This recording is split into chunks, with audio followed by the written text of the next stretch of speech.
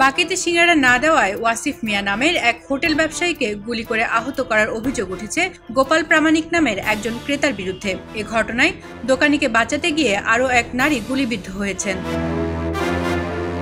13 August বেলা 3:30টার দিকে গাইবান্ধার সাদুল্লাপুরের নাপিতের বাজার এলাকায় এই ঘটনা ঘটে। এদিন গোপাল প্রামাণিক নাপিতের বাজার এলাকায় ওয়াসিম মিয়ার হোটেলে যান।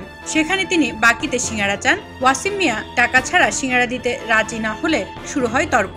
এক পর্যায়ে গোপাল ক্ষুব্ধ হয়ে বাড়িতে গিয়ে আগ্নেয়াস্ত্র নিয়ে এসে দোকানি ওয়াসিম মিয়াকে গুলি করেন।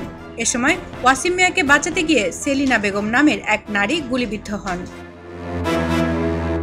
আশপাশের লোকজন এগিয়ে আসলে গোপাল ফাঁকা গুলি চালিয়ে পালিয়ে যান।